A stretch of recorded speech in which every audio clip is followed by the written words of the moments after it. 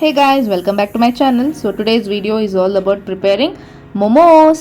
So ಹೇಗೆ ಮಾಡೋದು ಅಂತ ನೋಡೋಣ. ಮೊದಲಿಗೆ ಒಂದು ಪ್ಯಾನಿಗೆ ಎಣ್ಣೆ ಹಾಕಿ ತರತರಿಯಾಗಿ ಮಿಕ್ಸಿ ಮಾಡಿದಂತಹ ಕ್ಯಾರೆಟ್, ಅನಿಯನ್ ಆ್ಯಂಡ್ ಚಿಲ್ಲೀಸ್ ಹಾಕಿ ಚೆನ್ನಾಗಿ ಕೈ ಆಡಿಸ್ಕೋಬೇಕು, ಹಸಿ ವಾಸನೆ ಹೋಗಬೇಕು. ಇದಾದಮೇಲೆ ನಾನಿಲ್ಲಿ ಸಣ್ಣದಾಗಿ ಹೆಚ್ಚಿದಂತಹ ಕ್ಯಾಪ್ಸಿಕಮ್ ಹಾಕ್ಕೊಂಡಿದ್ದೀನಿ. ನೀವು ಕ್ಯಾಬೇಜ್ ಕೂಡ ಆ್ಯಡ್ ಮಾಡಬಹುದು. ಇದಾದಮೇಲೆ ನಾನಿಲ್ಲಿ ಪನ್ನೀರ್ನ ಗ್ರೇಟ್ ಮಾಡಿಕೊಂಡು ಹಾಕ್ಕೊಂಡಿದ್ದೀನಿ. ಸ್ವಲ್ಪ ಕೈ ಆಡಿಸಿ ಇದಕ್ಕೆ pepper powder, chilli sauce and ಉಪ್ಪು ಹಾಕ್ಕೊಂಡು ಚೆನ್ನಾಗಿ ಬಾಡಿಸ್ಕೊಳ್ಳಿ. ಇದನ್ನು ನೀವು ಒಂದು 5 to 10 minutes ಲಿಡ್ ಕ್ಲೋಸ್ ಮಾಡಿ ಬೇಯೋಕ್ಕೆ ಬಿಡಿ. ಅಷ್ಟೇ ರೀ, the stuffing is ready. Next comes the main item, momos ಮಾಡೋಕ್ಕೆ ಮೈದಾ ಹಿಟ್ಟು.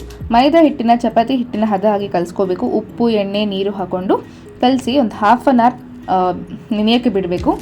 30 minutes ಆದಮೇಲೆ ಈ ಥರ ಸಣ್ಣ ಉಂಡೆ ತೊಗೊಂಡು ಲಟ್ಟಿಸ್ಬಿಟ್ಟು ಸ್ಟಫಿಂಗ್ ಒಳಗಡೆ ಹಾಕಿ ನೀಟಾಗಿ ಕ್ಲೋಸ್ ಮಾಡಬೇಕು.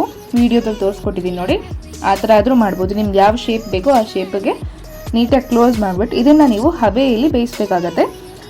ಅರೌಂಡ್ 15 to 20 minutes ಬೆಂದರೆ ಸಾಕ್ರಿ. ಚಡಾ, the momos is ready.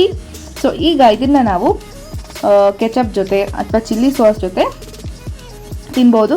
ಸಖತ್ತಾಗಿರುತ್ತೆ. Try ಮಾಡಿ. ಹೇಗೆ ಬಂತು ಅನ್ನೋದನ್ನು ಮಿಸ್ ಮಾಡಿದೆ ನನಗೆ ಕಮೆಂಟ್ ಸೆಕ್ಷನಲ್ಲಿ ತಿಳಿಸ್ಕೊಡಿ. ಬಾಯ್ ಬಾಯ್.